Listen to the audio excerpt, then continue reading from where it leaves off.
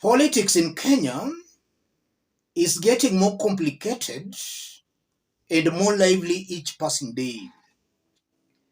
This afternoon, Babu Owino, together with a group of other 5 members of parliament, formed a political alliance dubbed the Team Ground.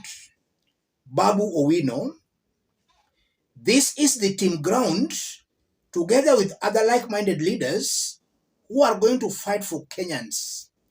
They will hold rallies and call for mandamanos where need be to achieve anything that shall benefit Kenyans. Today we addressed doctors' ongoing strike, among other serious issues. That's Babu Owino. So Babu is just confirming that their alliance is called Team Ground. Babu Owino goes on to say this: official opposition team launched today. What we will do is better imagined than experienced. Other leaders are set to join. Babu is confirming through his social media accounts that they have formed the official opposition team, the Team Ground. Let me leave you with the sound bites, after which in our next video, we are going to do a comprehensive analysis on that latest political move by Babu Owino and these other young members of parliament. Let me leave you with this, and let's meet in the comment section. This is a team that will be on the ground. This is a team that will voice that will echo the voice of the voiceless, that will fight for the inherent and inalienable interests and rights of Kenyan citizens everywhere, wherever they are, in all the 8 regions. This is a team that comprises of youthful leadership, the generational change. And the team here, we have Mheshimiwa Caleb Amisi, all the way representing the Western region and the youth in the country, all the way from Saboti constituency. We have Mheshimiwa Wamushomba Gadhoni representing the Central region. We have Mheshimiwa Charles Nguna, CNN, representing the Eastern region. We have Mheshimiwa Amos Mwago, representing from Starehe constituency, representing Nairobi and the youth in the nation. We have Mheshimiwa Catherine Omanyo, all the way from Busia, the Busia women representative, representing Western region and also the youth in this nation. And we have also our leader, Mheshimiwa Mark Mwenje, who is also from Nairobi, Embakasi West constituency, and also representing Nairobi and the interest of the youth in this nation. And we have myself representing also Nairobi and the youth in this nation. And therefore, we have issues that we will be addressing from time to time. And this is the team that is going to give direction in this country, because we have seen there's a little bit of laxity in opposition. And therefore, this team will take its rightful place to ensure that the interest of Kenyans, very objectively, are fought for. Not limited to holding rallies to discuss the plight and the issues affecting Kenyans, not limited to calling for maandamanos, regional maandamanos in every county, in every constituency, in every ward. And these maandamanos will better be imagined than experienced. And today we are here to talk about various issues. After that, we will be telling you a timetable on how we'll be moving as members of the press, because we want you to be part of us. I used to hear Ruto say he must finish the dynasty. Now he has become himself a dynasty. If I go back to his statement, even him, because he is a dynasty, he will be finished. You cannot be saying these dynasties must be finished and yet you are admiring to be one. Everything that he has done or promised, it's just like a short-lived dinner party anecdote. Immediately you are done with it, you go sleep, wake up to your problems. Kenyans are suffering. Everything that Ruto is doing, selling our properties, treating Kenyan properties like his personal property, selling a national bank, he's all over Mombasa Port, Kenya Seed, everything that he's been selling. My question is, how much is he saving for the future generation?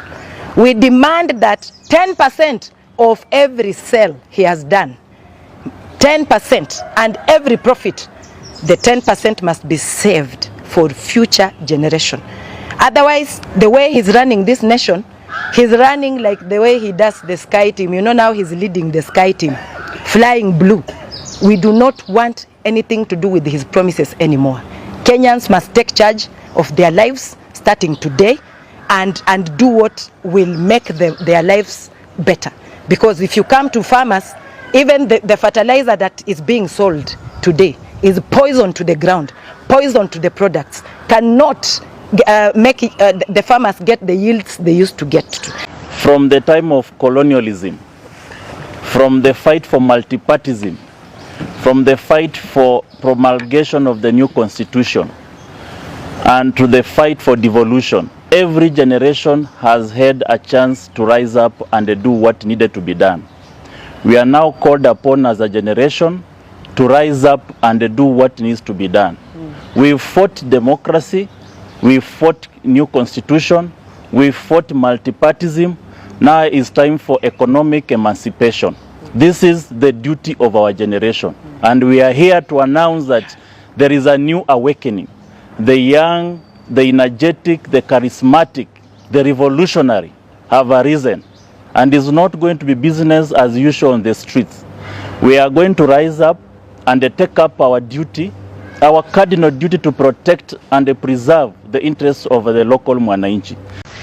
You know very well, politicians in this country have always adopted a way of movement from one county to the other, using helicopters.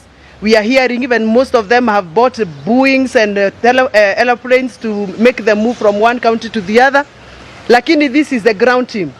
Kwa hivyo tumesema ground team lazima tuongee maneno ambayo iko ground. Kwa hivyo ukituona hapa tukiwa pamoja, we are youthful, independent thinkers. We are the voices of the common wananchi, because the other team that was calling themselves the hustlers have now migrated from being hustlers to sky team. Kazi yao ni ku patronize the skies from one county to the other, flying with the helicopters, and they know nothing about mashinani.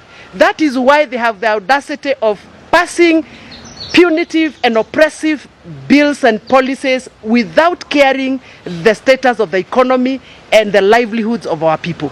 So, ladies and gentlemen, members of the press, I welcome you on behalf of this team to the one and the premier presser from the youthful, intelligent voice of the common mwananchi, the ground team. Wacha niwapigie makofi kwa sababu the ground team is in charge. And therefore we are here to air our concerns concerning various issues that are touching the common mwananchi. And these are the issues that we have listened to our people. We have been following issues, and we feel that this is the right time for us to air our concern. I don't know whether I should start with the first concern, because I feel that if we do not speak now, that the skies are giving us rains, and farmers from Trans Nzoia, from Busia, from all over Kenya, including Kiambu, Meru, farmers are agonizing over the insensitive way of enabling them produce from their farms or from their fields. The president has been very vocal talking about subsidized seeds and subsidized fertilizers. But to our utter shock, the fertilizer that is out there being sold as subsidized fertilizer from outlets from National Cereals and Produce Board. And in this case, I'm talking about the fertilizer that the farmers are receiving messages on their phone that they qualify for subsidy program. It is adulterated fertilizer. The seeds that are available are fake seeds. And we are the farmers' voice, and we must call out the minister in charge of agriculture. The minister has appeared on television and on newspapers denying that there is no fake fertilizer. Yet, we are witnessing this kind of fertilizer every day. Yesterday, I was presented with 5 bags of fertilizer that is purported to be fertilizer, but it is fake stones mixed with Danke's poo. Danke's poo is the waste from the donkey. Danke's poo mixed with the stones, and it is being sold as subsidized fertilizer. We must call out this mess. The government has become so insensitive to the extent that now they are conning farmers. This is something that we want to see serious arrests. We want to know who is behind this scam. We want to know where did the fertilizer that was supposed to be real fertilizer go, and who is behind this serious, massive scam of taking advantage of our old and elderly farmers in our villages. This must stop, and every farmer who has been conned must be reimbursed their money. Every farmer who has been sold to fake seeds must be compensated by the government.